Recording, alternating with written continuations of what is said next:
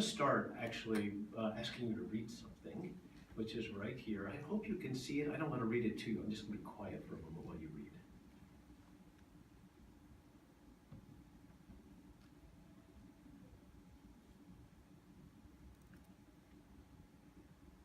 Anybody want to tell me who wrote that or said that? I could have, I would have, but actually the source of this, and this is the first point I want to make for you, was JFK 53 years ago. So we've been at this for a while, and we've spent gazillions of dollars in research. We've had several families of drugs developed, several families of psychotherapies. We've had devices, we've had just a range of things that have happened in 53 years.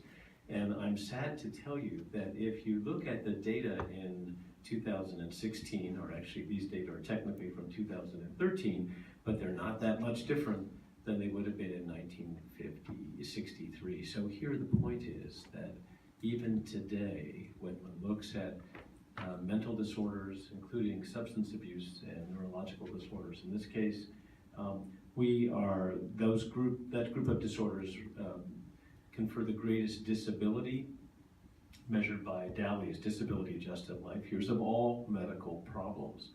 It's really striking to realize, especially when you begin to realize that in contrast to diabetes and heart disease and cancer, these are largely the disorders of young people. So here are the same data. These are US data, they're not that different globally.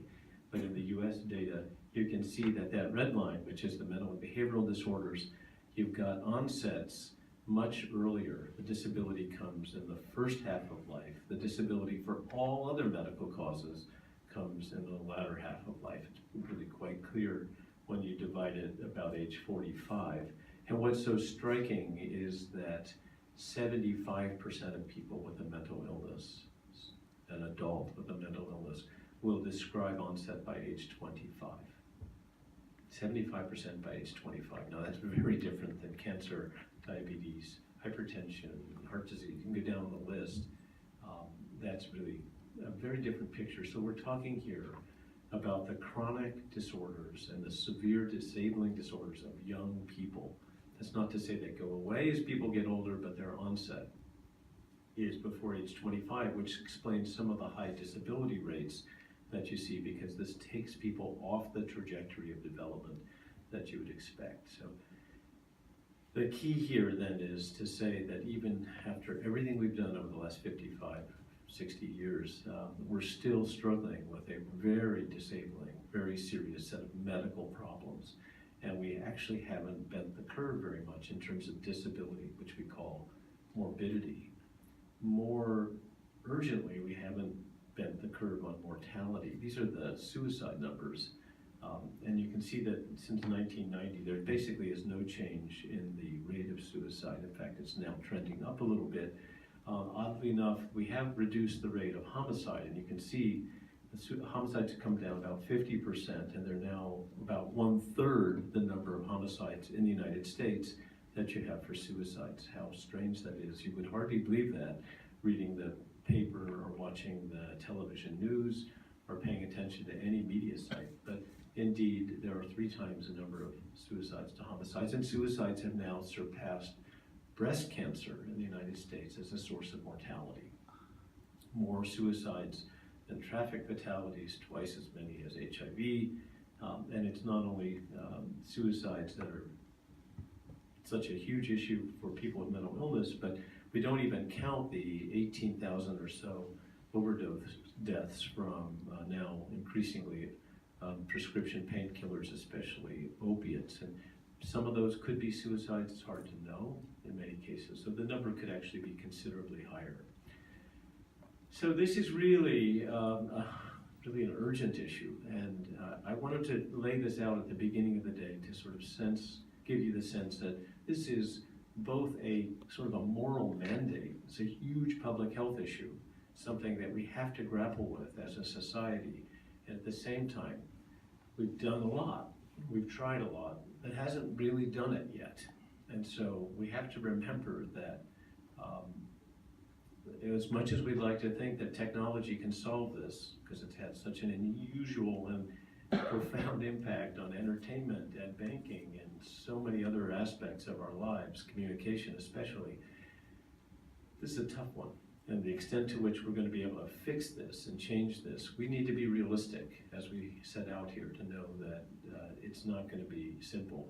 It's also important for you to know that there's not a lot being invested here generally. So it's an interesting graph to look at here from the WHO, that when you look at whether you're talking about low income or high income countries, even though these disability rates are running up to about 30% of all healthcare disability or health disability, the actual spend is under 5%, or roughly 5% of healthcare spending is in this area. So we've got a really big challenge and not a lot being invested to fix it.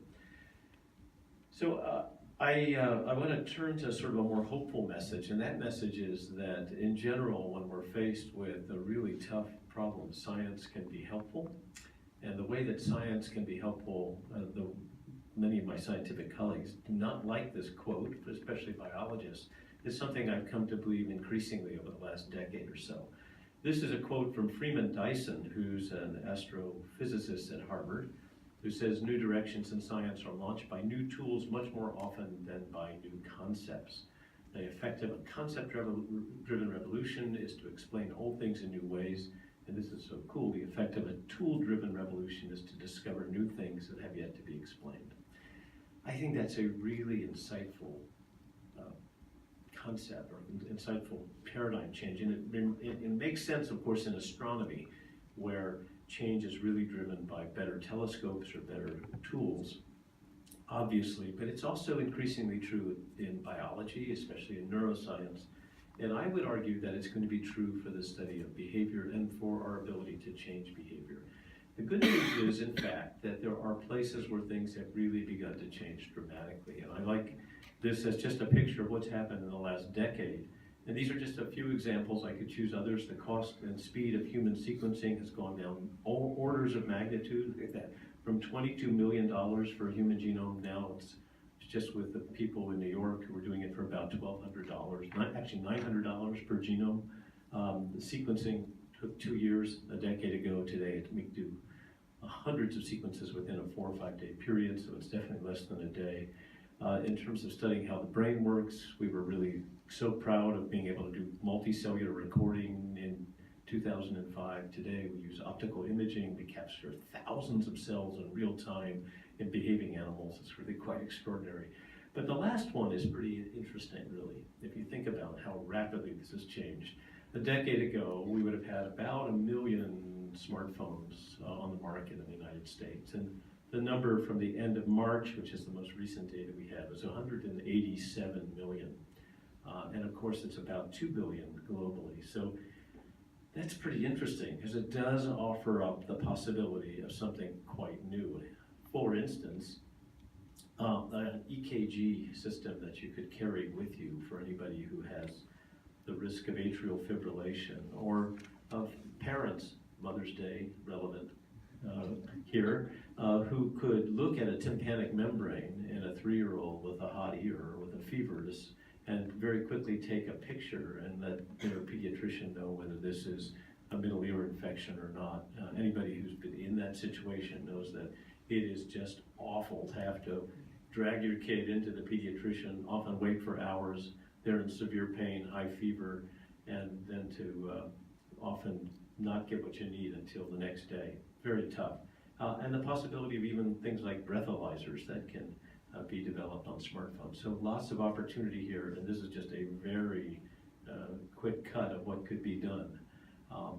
Almost every week we see some new application that's really intriguing. Actually, my personal favorite is developed by a guy named Fletcher at UC Berkeley, who's using smartphones to look at parasites in East Africa. He has a little microscope lens you put on, you put in a drop of water, and it can read out Loa or something like that, beam it up to a satellite, and then you can get a diagnosis and a treatment all in one place. As long as you have electricity and internet access, you can do a lot.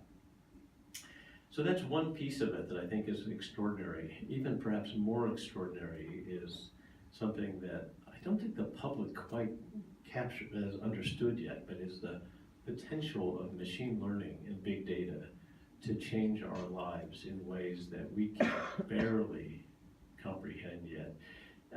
For those of you who are new to Silicon Valley and haven't been here before, if you have the chance and you just drive about 7-8 miles north to Mountain View, you will almost certainly see lots of self-driving cars on the road. They are all over the place. So funny, on my way to work on Friday, there were 2 of them in one lane, and every one of us behind them moved over because self-driving cars go really slowly. They all go the speed limit, and so all of us sort of stay away from them because they are in fact safe. But that's really a product of what machine learning is able to do for us.